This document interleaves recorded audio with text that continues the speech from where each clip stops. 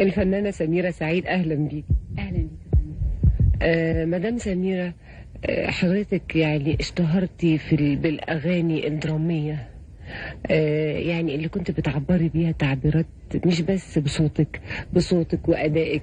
يعني الأغاني اللي اتشهرت جدا جدا وعملت صدى بالنسبة لك كانت كده. ليه ما مثلتيش؟ ما مثلتش لاسباب كثيره. يعني اول حاجه ان انا انسانه وسواسه جدا. يعني درجه وسواستي تخليني قبل ما اخطي خطوه واحده قدام تلاقيني عماله افكر يا ترى لو عملت كده هيحصل إيه؟ يعني فده كان سبب رئيسي. يعني الى جانب انه الحقيقه ما فيش حاجه يعني خلتني اقول لا، يعني النص ده لازم اعمله. يعني مفيش حاجه شدتني لدرجه اقول استحاله يعني لازم اتخلى عن وسوستي واخش بقى التجربه دي.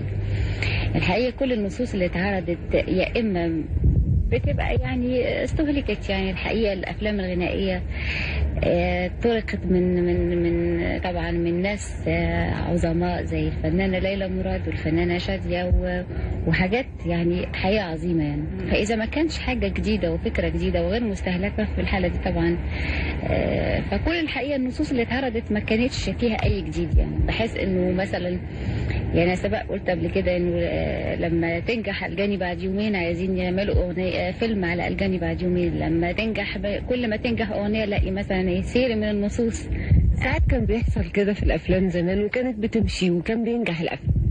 يعني صعب جدا يعني بعد ما الناس مثلا استمتعت بألجاني بعد يومين ان يتعمل عشانها مخصوص فيلم. يعني واقول نفس الغنوة اقولها واكررها هيبقى انا انسانه يعني بكرر نفسي. يعني فطبعا هي خطوه خطيره جدا يعني ما اقدرش اعملها. يعني طب ما فكرتيش جديا انك تعملي فعلا فيلم غنائي جيد؟ واحنا في اشد الحاجه لافلام غنائيه. والله انا بصراحه يمكن قبل برضو الناس ممكن تعتب عليا ان انا ما جريتش ورا الموضوع ده بنفسي. يعني الواحد لما بيعوز حاجه بيبقى هو اللي بيدوحر زي ما بيقولوا كده، ويدور على النص ويدور على المخرج ويحاول اللي هو بنفسه يخلق الحاجه. الحقيقه ان انا يعني يمكن عدم تواجدي في مصر بشكل مستمر قبل كده كان عقبه كبيره جدا، بحيث اني كنت باجي على طول بخلص اغاني او بعمل حفلات انا مرتبطه بيها وتاني رايحه على المغرب. طب نفسي اسمع اغنيه مغربيه بقى، تقدري تسمعيني؟ مغربيه في عندي حاجات مغربيه لذيذه كنت عاملاها زمان. بس طبعا يعني اكيد الساده المشاهدين مش هيفهموا ولا كلمه. ترجمة لنا. بس ما اظنش يعني اللهجات الاختلاف صعب جدا. اللهجه المغربيه تعتبر غامقه قوي. يعني يمكن اللهجه التونسيه احتمال تبقى يعني شويه افتح من لهجتنا، بس لهجتنا فعلا. نقولها بالكلام الاول بعدين. بالكلام بتقول يا ستي يمكن فايت لي شفتك، فايت لي شفتك صورتك مرسومة في العين يا عين يا عين. يمكن فايت لي شفتك، فايت لي شفتك صورتك مرسومة في العين. أو شي مرة قابلتك ونسيت تلاقينا فين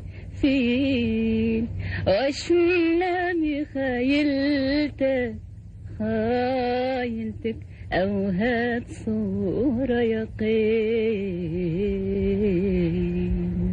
طب هتسمعينا ايه النهارده مدام سميرة؟ هسمعكم النهارده أغنية إنساني. هي من كلمات شاعر شاب عماد حسن ومن ألحان برضو الفنان الشاب محمد ضياء الدين.